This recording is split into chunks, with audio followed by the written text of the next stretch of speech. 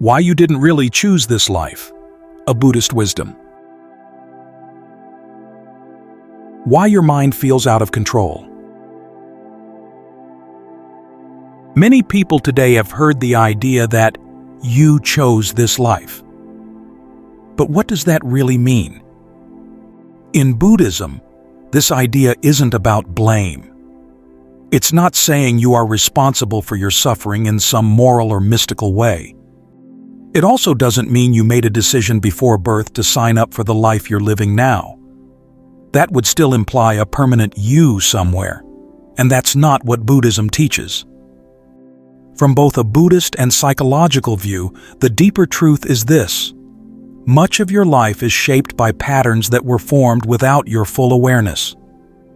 These patterns arise from deep layers of the mind, and they influence your thoughts, your emotional reactions, your relationships, and even your opportunities, long before you consciously recognize what's happening. Understanding this unseen process is the first step toward real freedom. If you've ever had the feeling, "Why did I just say that?" or "Why do I always react this way?" you're not alone. Most of us have lived moments where we surprised ourselves, repeating old mistakes we promised to avoid. This is not a personal flaw.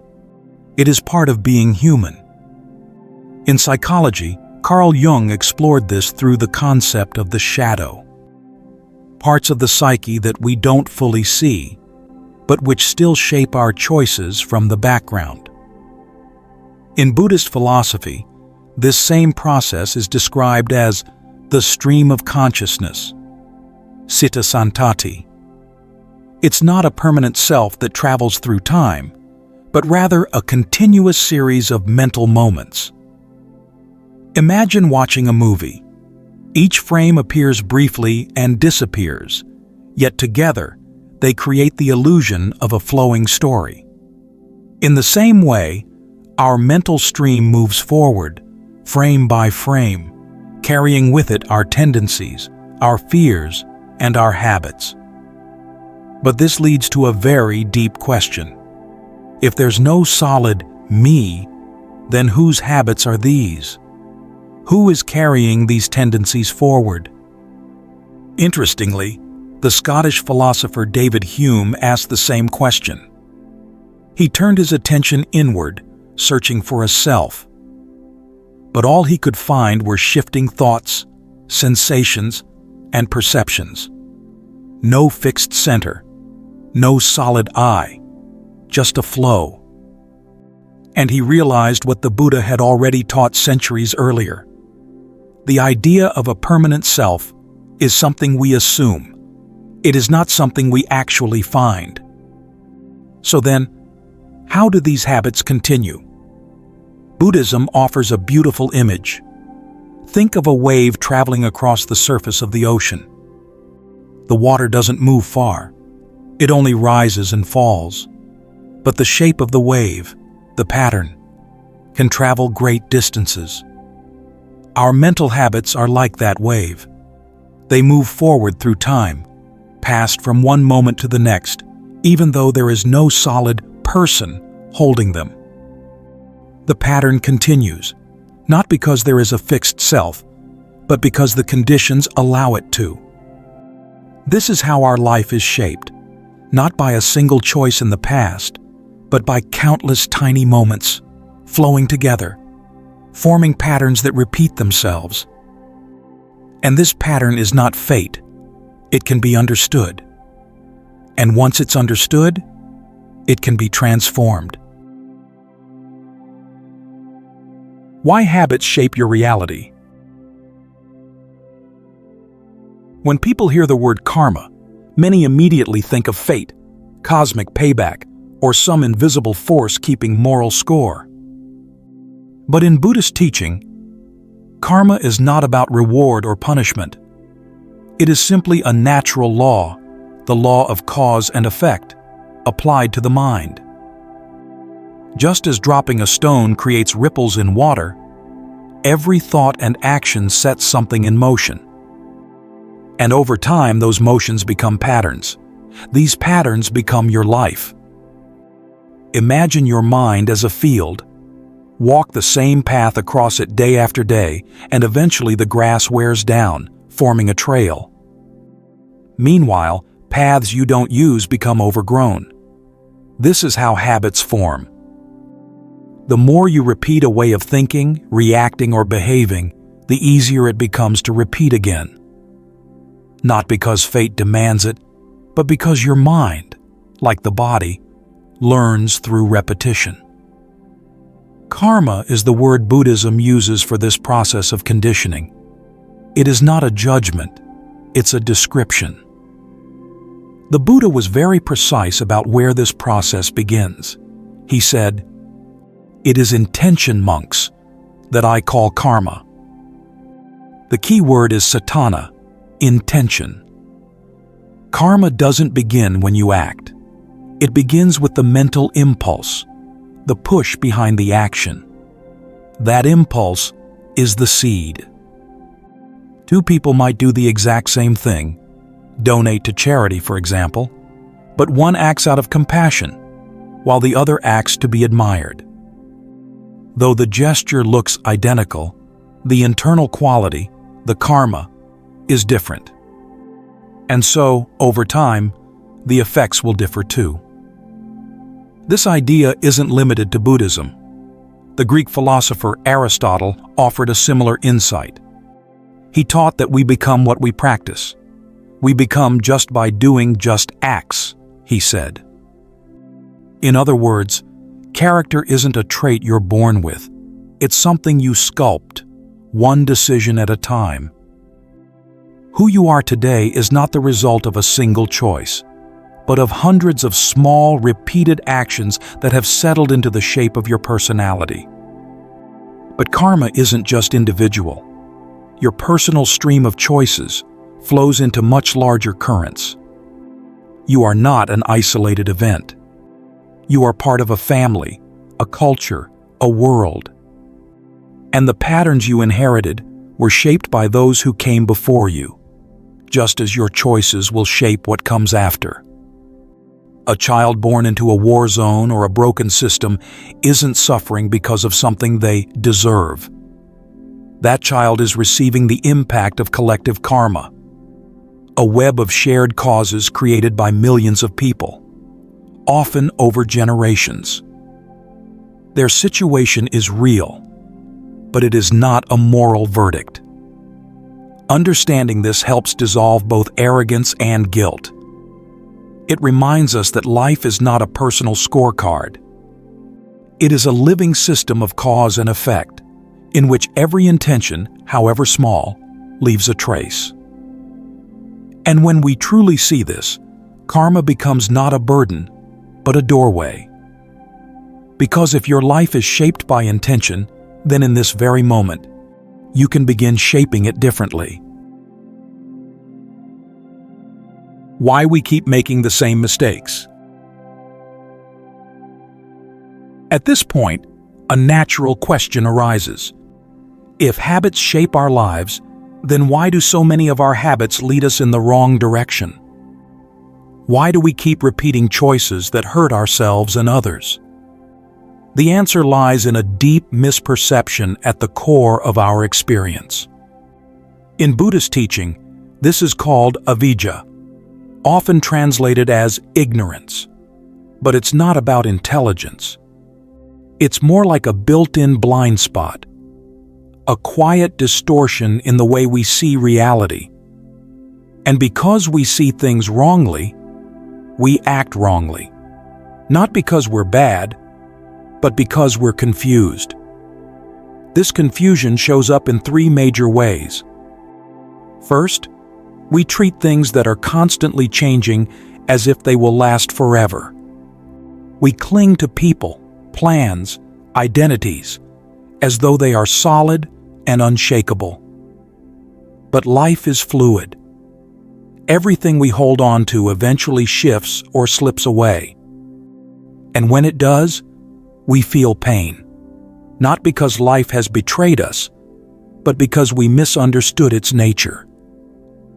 Second, we chase happiness in places that cannot offer true fulfillment. we search for satisfaction in success, approval, possessions, things that fade or fluctuate. The more we grasp, the more restless we become. It's not that joy is impossible. It's that we're looking in the wrong direction. And third, perhaps most deeply, we see ourselves and others as separate, fixed entities. We believe in a solid me who is being wronged by a solid you. This illusion of separation fuels judgment, blame, resentment, and fear. Imagine someone says something unkind. The immediate reaction is, they are a bad person. That's the habit. But if we pause and look more deeply, we might see something else. This was an expression of their own suffering. That one shift, from seeing a person as bad to seeing an action as conditioned, can end a conflict before it begins. This idea isn't unique to Buddhism. The philosopher Plato described something similar in his allegory of the cave. He imagined people chained in a cave, watching shadows on the wall, believing the shadows to be reality. They're not foolish. They're simply limited by what they can see. Avijja is like living in that cave, mistaking the flickers on the wall for the whole of life. And so we return to a question many people silently carry. If I created these patterns, why don't I remember doing it? The answer is simple but difficult. Because you weren't fully aware when it happened. The choice wasn't made clearly, with your full attention. It was more like falling asleep at the wheel. Not in a dramatic, reckless way, but in the quiet way habits sneak in over time. You didn't wake up one day and decide to be insecure, angry, avoidant, or fearful. But slowly, across many small moments of unconscious reaction, those tendencies took shape. And now, even if the memory is gone, the consequences remain. The pattern still plays out. But here's the good news. What was built in unconsciousness can be changed in awareness. And every time you see through the illusion, even for a second, you weaken its grip. That is the beginning of freedom. How mindfulness changes your reactions. This brings us to a very practical and pressing question. If our minds naturally fall into old patterns shaped by ignorance, are we just trapped in them forever? The Buddha's answer is clear. No, we are not trapped. In fact, liberation is possible precisely because these patterns are not permanent. The teachings of the Buddha are not about believing in something outside yourself. They are about learning to see clearly, to observe how your mind works, and to train it. In this way, Buddhism shares common ground with modern approaches like cognitive behavioral therapy. Both begin with a powerful idea that your life can change if you change the way you respond to your own thoughts and behaviors. The main tool for this change is mindfulness. But mindfulness here does not mean some mystical or exotic practice. It simply means being aware, to see what your mind is doing while it is doing it. Most of our suffering comes from reacting without noticing. A thought appears, and we follow it. A feeling arises, and we obey it. But when you train in mindfulness, you start to notice what's happening before the reaction takes over. You begin to interrupt the old momentum. It's in that interruption, that tiny pause, where your freedom lives. Suppose someone says something harsh, and anger immediately flares up. The old pattern would be to lash out in return. But now, with mindfulness, you catch it. You feel the heat in your chest. You notice the clenching in your jaw. You don't act yet. You simply stay with the feeling. In that space, even if it's just one breath long, a new response becomes possible. Maybe you say nothing. Maybe you ask a question instead.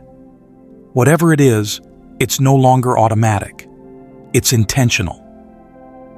Here's a small but powerful practice. When a strong emotion arises, like irritation, fear, or anxiety, try these 3 steps. First, stop, even just for a second. Second, breathe. Really feel the breath as it moves in and out. Third, ask yourself, what is this feeling trying to make me do, and do I have to obey it? This is how real transformation begins, not by fighting your emotions, but by learning to sit with them, observe them, and choose your response. You're no longer being swept away. You're beginning to steer the course. This idea is not unique to Buddhism. The Stoic philosopher Epictetus once said, "It's not what happens to you, but how you react to it that matters." You can't always control what life gives you. Some causes were planted long ago. But you always have the power to choose how you respond right now. That is where your true power lies. And that is where the possibility of freedom begins. Not somewhere far away, but in the exact moment you choose to see clearly and respond with awareness. Where is your real choice? Now that we've seen how the mind operates, how it forms habits, reacts on impulse, and clings to illusions, we can finally return to the big question: did you really choose this life? In one sense, no. You did not sit down before birth and select your family, your body, or your circumstances. These conditions arose out of causes far beyond your conscious reach. According to the Buddha, they are shaped by karma, the accumulated intentions and actions from this life and previous ones. But karma doesn't mean fate. It doesn't mean you're stuck. It simply explains how the past created the conditions you now face. So where is your choice? It's not in a single decision you once made. It's in the many small decisions made over time. Decisions so subtle and repeated so often that they began to shape your character, your preferences, your reactions. The life you are living now is the result of these repeated patterns, many of them unconscious. But this is precisely what makes the present moment powerful. It's where you can stop the repetition. Instead of asking, "Why did I choose this life?" it's more accurate to ask, "How am I continuing to choose this life right now?" Because while the past has momentum, the present has freedom. The Buddha didn't teach us to dig endlessly into the past for answers. He pointed us toward the present moment, the only place where true transformation can happen. You did not choose your starting point, but you are absolutely choosing your direction now. That choice happens every time you meet a moment with awareness rather than habit. Every time you pause instead of react. Every time you respond with clarity instead of fear. This is what it means to become the cause of your own future, rather than just the result of your past. You move from living out patterns to creating new possibilities. When someone asked the Buddha what he had become through his practice, he didn't claim any supernatural title. He simply said, "I am awake." That awakening wasn't a mystical event. It was a clear, direct realization that the mind could be trained, and that awareness was the doorway to real freedom. That same doorway is open to you now. The choice to walk through it isn't about changing your past. It's about seeing clearly what you are doing now, and whether it's leading towards suffering or liberation. This is where your real power lies. Not in controlling the world, not in rewriting your story, but in the quiet, steady decision to wake up, right here, right now.